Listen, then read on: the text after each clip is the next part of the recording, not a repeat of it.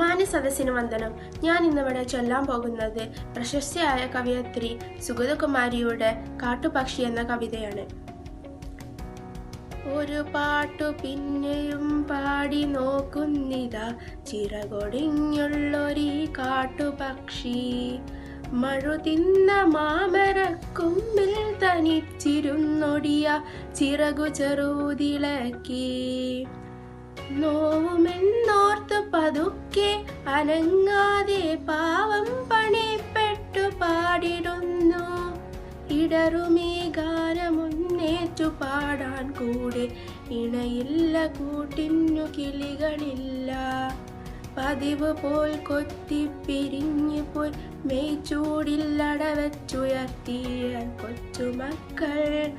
ആർക്കുമല്ലാതെ വെളിച്ചവും ഗാനവും കാറ്റും മനസ്സിൽ കുടിയിരുത്തി. വരവായോരന്തരം കണ്ണാൽ ഒഴിഞ്ഞു കൊണ്ടൊരു കൊച്ചൊരാപ്പൂവുണർന്ന നേരം. ഒരു പാട്ട് കൂടി പതുക്കെ മൂളുന്നിതാ, ചിറകൊടിഞ്ഞുള്ളൊരു കാട്ടുപക്ഷി. നന്ദി.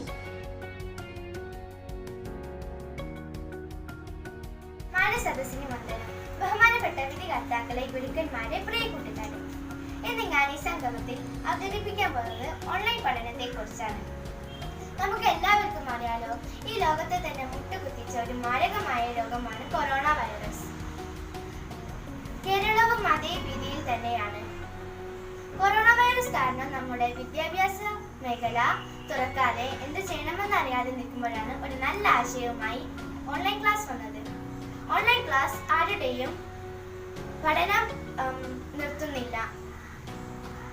ഓൺലൈൻ ക്ലാസ് ഓരോരുത്തരുടെയും സ്കൂൾ കാലങ്ങൾ നീണ്ടു നിൽക്കാതെ അതത് സമയത്ത് തന്നെ നടക്കുന്നുണ്ട്. ഈ സാഹചര്യത്തിൽ ഓൺലൈൻ ക്ലാസ് ഉപകാരപ്രദമാണെങ്കിലും അതുപോലെ തന്നെ സങ്കടത്തിലുമുണ്ട്. കൂട്ടുകാരോട് ഒരുമിച്ച് പഠിക്കുവാനും ടീച്ചർമാരോട് ക്ലാസ് എടുക്കുമ്പോൾ അതേ സമയത്ത് അതത് സമയത്ത് തന്നെ സംശയങ്ങൾ ചോദിക്കാനും സാധിക്കുന്നില്ല എന്നത് വളരെ വിഷമമായ കാര്യമാണ്. അതുപോലെ തന്നെ ക്ലാസ്സിലിരിക്കുന്ന ആവേശം ഓൺലൈൻ ക്ലാസ്സിലും കിട്ടുന്നില്ല.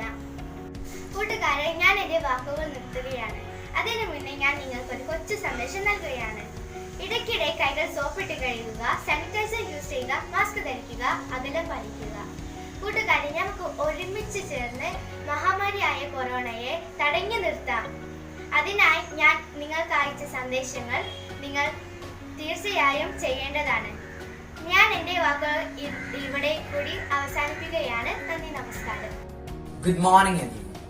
Today, I'm standing before you to recite the poem Daddy, written by Sylvia Plath. You do not do any more black shoe, in which I have lived like a foot. For 30 years, poor and white, barely daring to breathe or chew.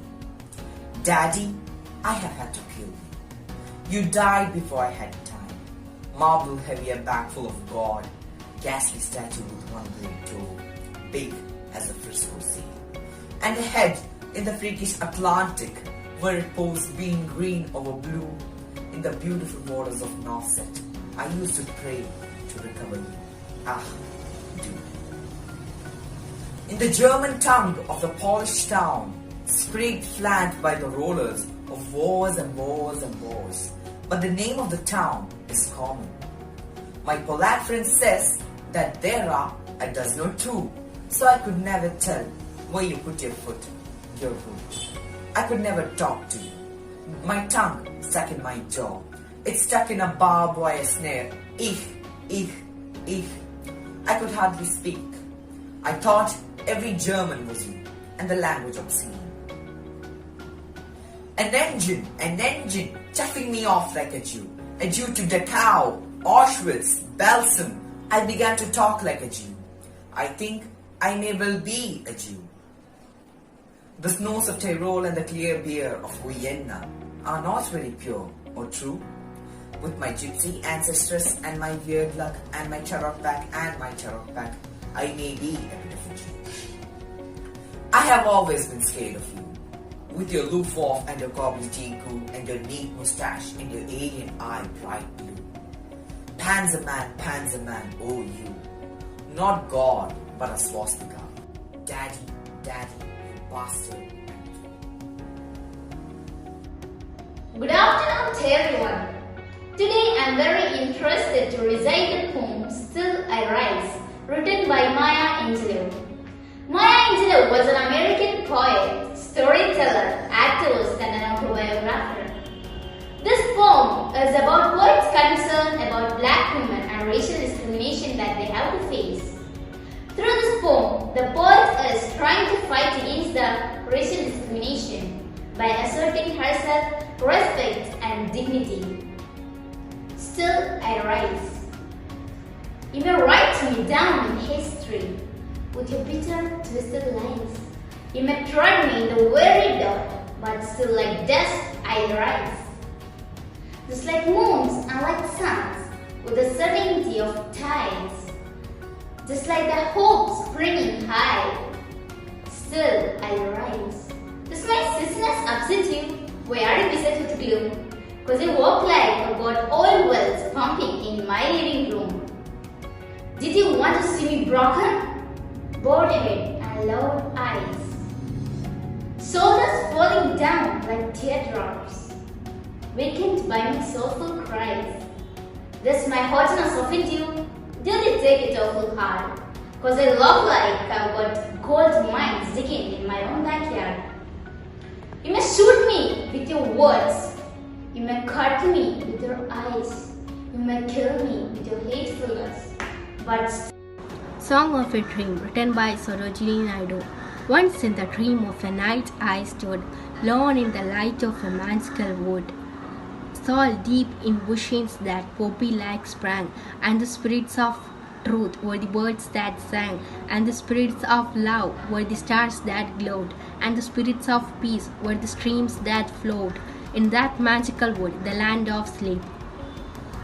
Lone in the light of the magical grove, and I felt the stars of the spirits of love gather and gleam round my delicate youth. And I heard the song of the spirits of truth.